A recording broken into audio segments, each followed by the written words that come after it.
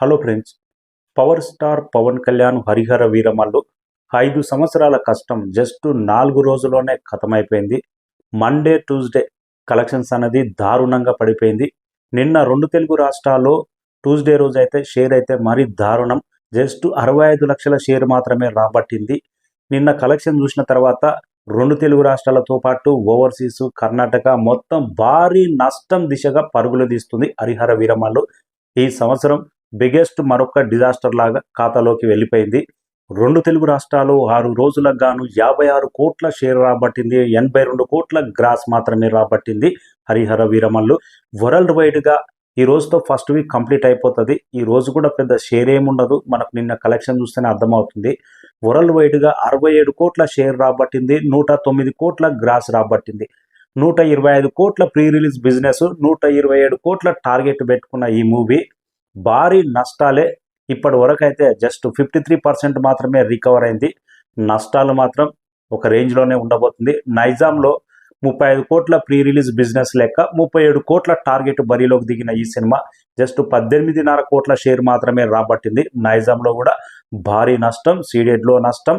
కానీ ఏరియాల వారీగా కొందరు అడ్వాన్స్ బేసిక్ మీదనే కొన్నారు.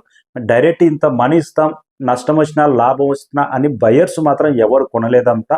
అందుకే వాళ్ళందరూ సేఫ్ అయిపోయారు. ప్రొడ్యూసరే ఈ భారం అంతా భరించాలి.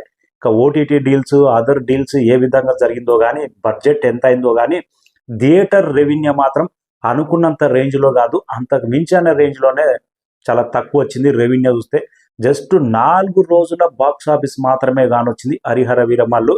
Thursday, Friday, Saturday, Sunday, Monday నుంచి అయితే collections drop.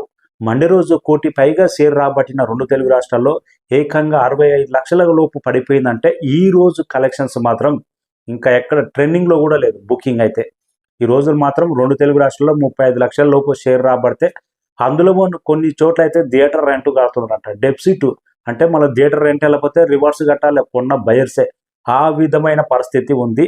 One of the 2025 biggest డిజాస్టర్లు హరిహర వీరమల్లు కూడా చేరింది.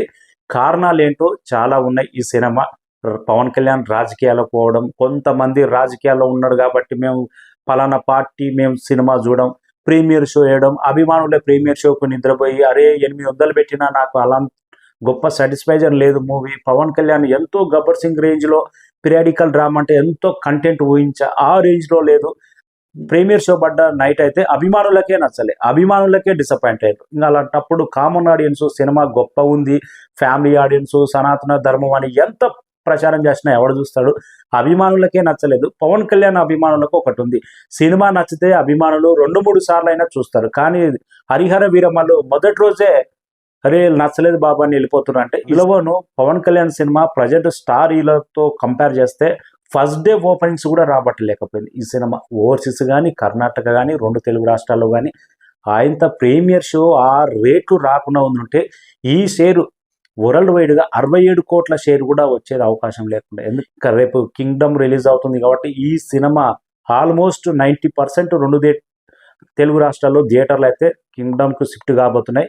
సినిమా ఆల్మోస్ట్ క్లోజింగ్ స్టేజ్లో ఉంది. ఇక టోటల్గా మరొక వీడియో ఎక్కువ ఏం మాట్లాడొద్దు.